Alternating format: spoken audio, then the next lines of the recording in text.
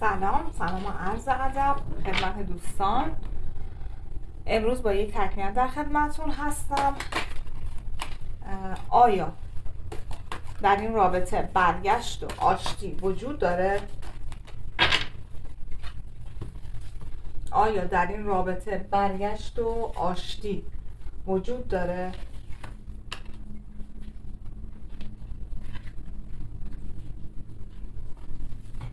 ببینید اینجا داره میگه که این شخص مورد نظر در واقع ناراحت هستش و دلش میخواد که برگرده، اما غرورش بهش اجازه نمیده، یا یک سری محدودیت ها یا یک سری افکارها یا یک سری افکاری که حالا مثل انرژی منفی و سنگینی دوروبر شخص هست، یا خود افکار شخص یا ذهن شخص باعث میشه که نذاره برگرده.